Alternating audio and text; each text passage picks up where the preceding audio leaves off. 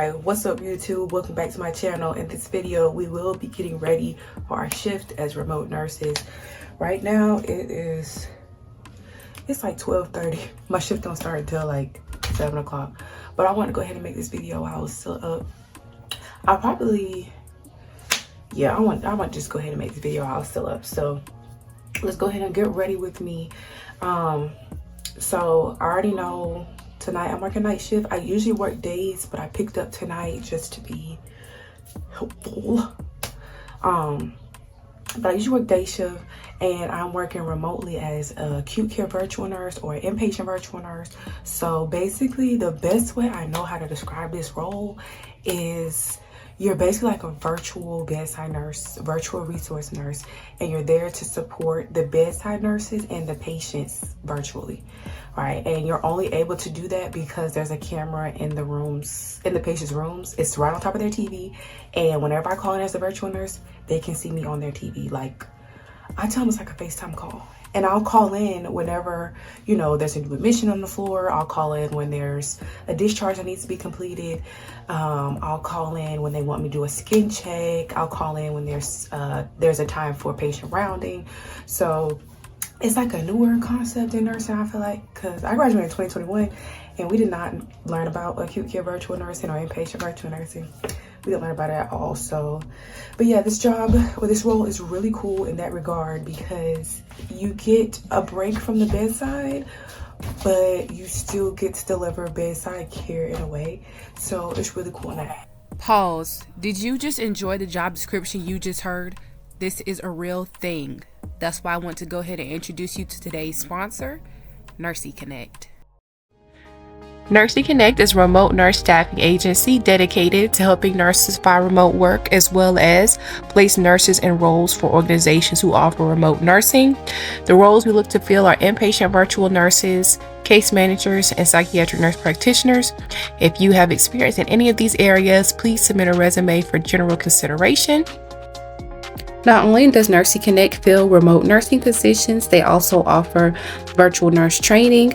Acute care virtual nursing training is now available. This is a growing specialty and a newer specialty in nursing. So they offer training. To get additional 10% off of the training, you can download the Virtual Nurse Overview, which is highly recommended. This Virtual Nurse Overview gives you more insight about the role to make sure it's something you want to pursue before taking the course. Everything will be linked in the description below. All right, now let's head back over to the video. So to go ahead and get ready, the first thing that I like to do is my lashes. Okay, I'm gonna get my lashes. But because I work from home, it does not take me too terribly long to get ready. I was wearing the strips for a long time. I'm never going back to the strips because number one, my lashes actually started going back. So I'm gonna put these on. And then the next thing I would do is put on my scrub top, but we'll do that after this. So let's talk about all the skills. Well, let's get into some of the things I wanted to talk about with this Get Ready With Me. So one of the things I wanted to talk about was nursing skills. I know when we talk about remote nursing, one of the things that comes up is nursing skills. Like, oh, you're gonna lose these nursing skills if you take a remote role. You won't be doing this as often, which is true. That's just fact. There's certain skills that you don't use as a virtual nurse. You don't use. But I just want to get into some of the essential skills I feel like I lost when transitioning into virtual nursing. So one of the main skills I feel like I lost, which I think was super essential to me sustaining my role as a bedside nurse, I lost the ability to do more than one job. Like, now that I am, my sole responsibility, my true responsibility now is just to be the nurse, and it's me and the patient. I don't have to be the phlebotomist. I don't have to be the CNA. I don't have to be the EBS team. And although, don't get me wrong, all those people are important, but it's hard to be all those people and the nurse, right? But with this role, they can't pull me to be all of that. I can only be the nurse. And that's what I want. That's what I applied to do, right? I applied to be the nurse. So I'm not overwhelmed with job descriptions that don't belong to me. I'm not. I lost that skill.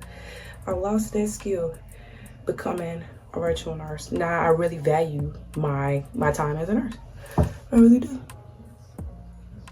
See if I can get this right for y'all. So my lashes are not sticking without the glueless, or the glueless lashes are not sticking, so that's okay. I'm gonna just put a little bit of glue on it so I can get it to go. All right, let's get into another skill I feel like I lost since I transitioned from bedside to remote nursing. So I lost my ability to tolerate abuse from my patients. Yeah. So being like a new nurse on the unit, I would get like, the patients would threaten to like kick me or keep me in my stomach because I was pregnant. They were like, oh, I hope you don't have your baby. I wanna, you know, I had the call bill thrown at me. I mean, y'all watching this, y'all probably had so many other things happen to you as a nurse working on the floor, but that was kind of like accepted. That was an accepted practice on some of the units that I worked on, and I lost my ability to accept that as a nurse. Like, that's not okay. It was never okay. And you know, in remote nursing, you don't deal with as much patient violence. I mean, the patients still get agitated. They still try to cuss you out or whatever. But, you know, they're not going to put their hands on you because, you know, all you got to do is hang up now. But I lost my ability to even tolerate that anymore, right? Once you know better, you do better. And I want to say the last skill that I lost working at the bedside as a nurse. Well, some of y'all might get triggered by this one. Might get a little bit triggered. I lost my ability to delegate. I lost my ability to deal with nurse bullies. Oh my God. You know, I was working at the bedside. I didn't even realize that's what nurse bullying was. Like, I thought my preceptor was just precepting. Like, I just wasn't getting it. Maybe I was being too sensitive. Like, if I would have, I didn't realize it was bullying at the time when it was happening to me. I was like, oh, this must be what, you know, new nurses go through. Like, I just got to get through this part. No, that was bullying. And like I said, when you know better, you do better. I lost that skill. And I was just tolerating it. I was like, oh my God, this is not okay. And it's only because I was a new nurse, I was like, okay, like, this must be how it go with everybody when they come. No, it's not. No.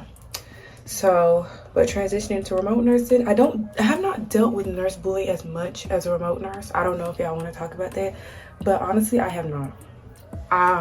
The atmosphere that I've been working in as a nurse with other nurses who are working remotely is they are just happy to be away from the bedside. And with that being said, we just know the alternative is bedside nursing. So we all just, I don't know, it just seems like we're all just grateful just to be in this atmosphere, and we're just all nice to each other. Like, we need something, everybody's pretty much chill, you know. Even up to the managers, they're pretty okay too. Because they're happy in their role too, right? They're not managers on a unit, nurses. You see how my eyelash is tripping right now? But yeah, those are some of the top skills that I've lost. I feel like I lost. Oh, nope, I got one more. There was one more that I had on my list. All right, the next skill that I feel like I have lost is my ability to manage pre-shift anxiety. I was the queen of managing pre-shift. Do you hear me? And I didn't know that's what pre-shift was. I just felt so anxious before my shift, and I was like, okay, that's just new nurse woes. And that very may still be the truth. You know, new nurse woes, like, once you get, you know, solidified in what you're doing, you don't have the anxiety. But for me, the anxiety was up all the time. Shift report, I could barely focus because I was so anxious. I was like, what's gonna happen today? My patients, my stomach was always hurting during shift report. But I was managing it though, because I was like, I'm just gonna get through it because this is what you have to do as a new nurse. No.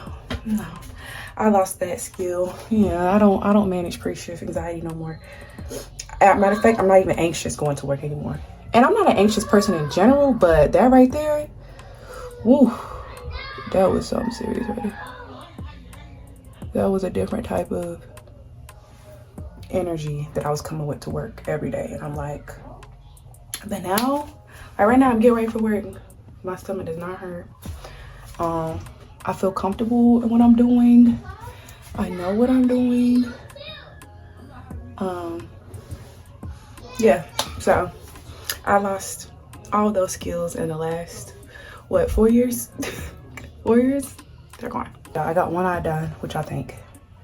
And you know, I really like these lashes because when you look down, the strip is not stripping. Like, it's just, it looks natural. And these aren't too big, they're not too small. I feel like they look right. I'm still gonna put a little mascara on them, but now let's transition over to this eye. All right, let's move on to the next eye. So the other thing I wanted to talk about while I was getting ready, and y'all do ask me about this a lot on TikTok, is remote nursing and motherhood. Like, can you watch your kids? Can you have kids while you're working? And if so, how do you do so? Now, I'm just gonna speak from my experience because I only have one kid, okay? And when I first started working from home, she was 8 months old. So this how I've been doing it, working remotely and having a small child with me for a majority of the time. So this is usually what I do. And this is kind of how my work schedule is. So because my work schedule is the way that it is, I work 3 days a week, 12-hour shifts. I usually work Monday, Tuesday, Wednesdays. Okay, or Sunday, Monday, Tuesday. This is how I do it. So for those days, like Sundays, she goes with her dad, or he comes and he picks her up. They hang out or whatever.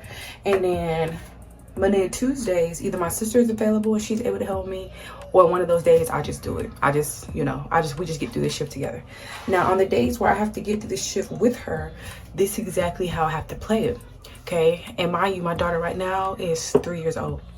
So, and I don't want to pay for daycare. So this is how I usually do it. Okay, the night before, I try to get her down at a decent time. I try to get her down by like 8:30. And so the next day she wakes up with me when I start my shift right at 7.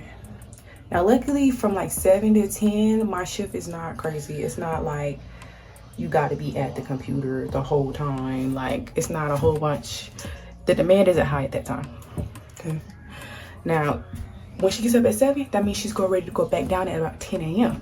10 a.m. for my job is when things start getting a little bit heavier, right? So by the time when the work picks up, my baby's going down for her nap at 10 a.m. She's been up for 4 hours from 7 to 10. Now she's ready to go back to sleep. Y'all, I cannot talk and put on these lashes at the same time. So I'm gonna, cause I still want y'all to get ready with me, but I'm gonna put my lashes on. When I start talking, when I try to put my lashes on, I'm gonna start talking. So, but yeah, it took me years to figure out that she needs that type of schedule, or I need that type of schedule so that I can work from home with her. Now, when she wakes up, probably, if she goes down at 10, she might wake up at like 2 or 3, which that part does get a little bit challenging. When she gets up at about 2 or 3, that's when I take my lunch. Okay, that's when I take my lunch. I either try to take her outside, we do a little activity together. I only got 30 minutes. So I'll do that, and then when I come back inside, it's time for me to start working again. That's when, you know, the iPad gets pulled out, or sometimes she'll just sit with me in the room on her iPad for the most part, from like 3 to about 7ish. She likes to sit in there with me until I finish my shift, basically.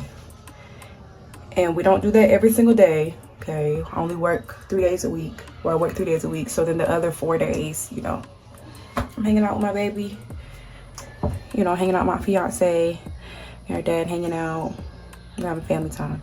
And I think that's why I've done this for so long. I just put this little one on, this lash off camera. Hold on, y'all. I'm coming back. But yeah, that's how I've been doing it as far as having my daughter and working for the past few years.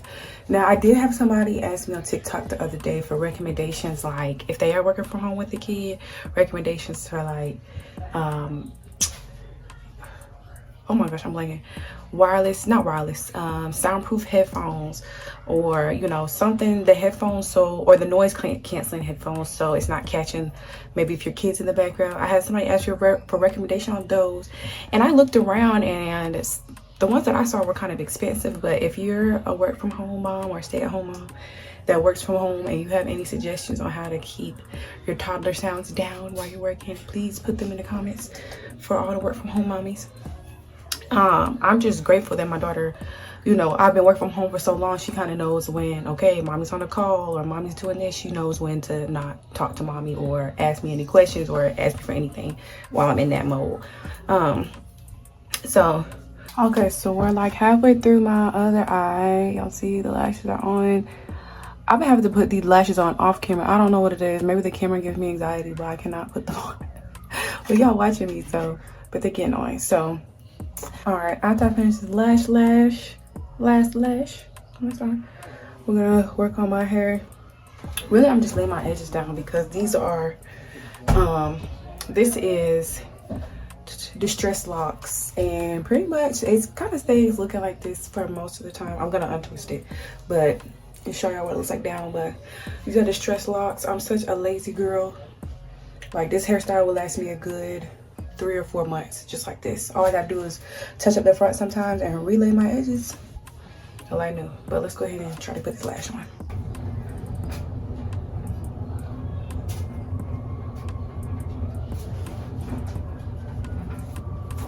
Right, now let's move on to my hair. And while I'm laying my edges, I'll tell you all why I ended up becoming a nurse, or how I even got into nursing.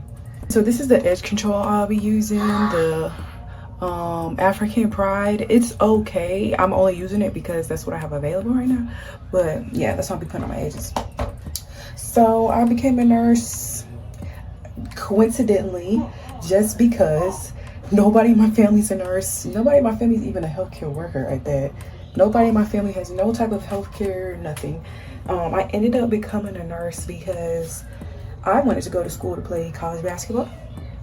And I did get a scholarship, but in order to do that, I had to go on what NCAA calls an official visit, just to like tour the school and see, you know, if I would like it, if it was a fit. And when I was touring the school, they had just built what they called the May School, and the dean, she happened to be on campus that day, or the director, and she was like, oh, do you want me to give you kind of like an impromptu tour of the May School of Nursing? And I was like, yeah, you know, I'll check out the nursing school, whatever.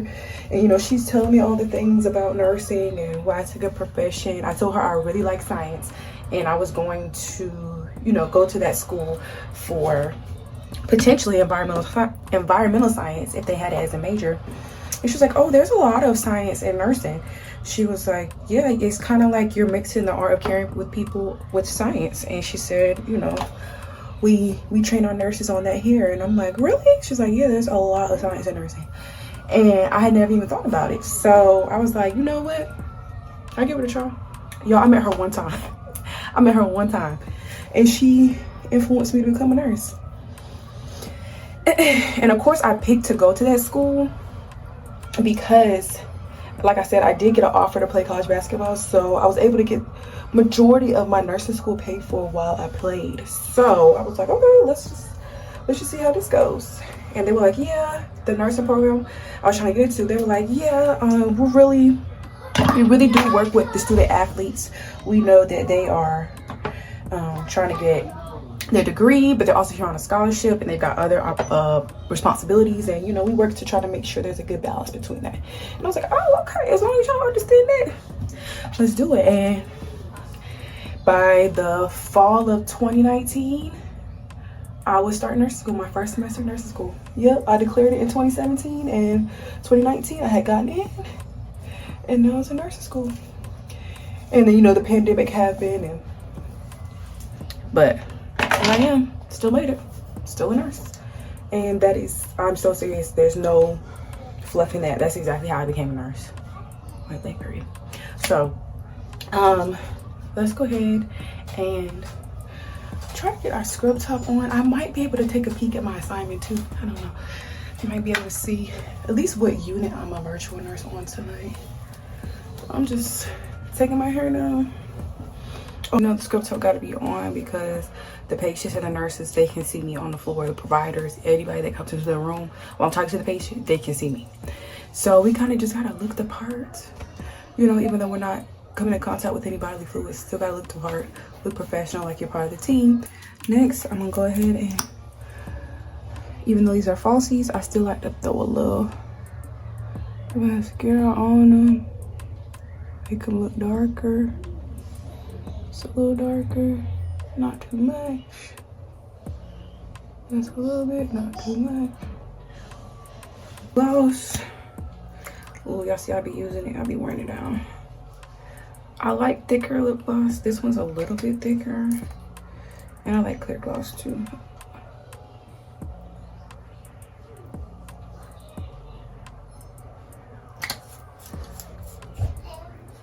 Okay. Okay. And okay, now I want to say I am ready for my shift. The last thing I do is look at my assignment, and usually they go ahead and post the assignment so you can see it on your phone. So tonight I am on oncology, and I can also help out on med-surg. Okay. So the way that virtual nurse staffing works is sometimes, well, you're assigned a unit of patients. So I'm on oncology tonight, so I'll be responsible for all the patients on that floor, any needs they may have. Usually at night, it's mainly just new admissions coming in. Those are the main needs. Sometimes you may have like a skin check or medication sign off to do. You may have to sign off on a PCA.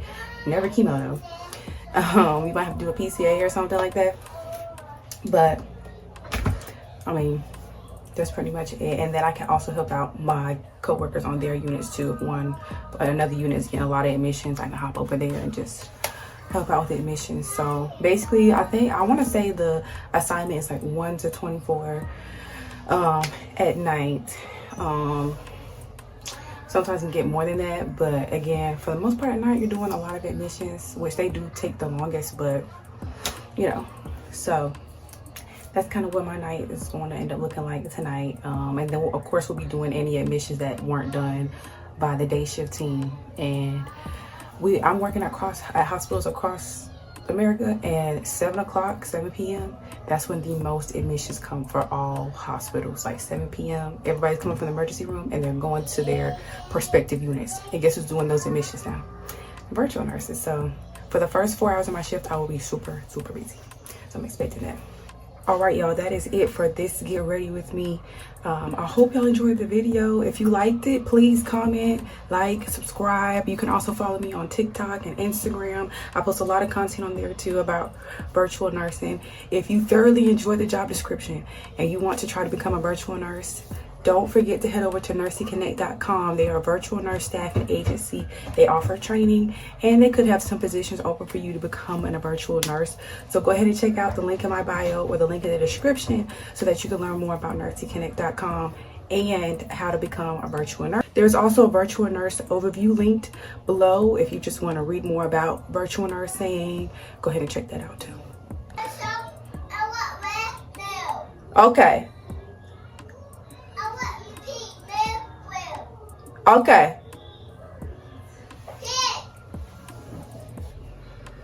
All right. Okay. All right, y'all. That's it for this video. I'll see y'all in the next one. Bye.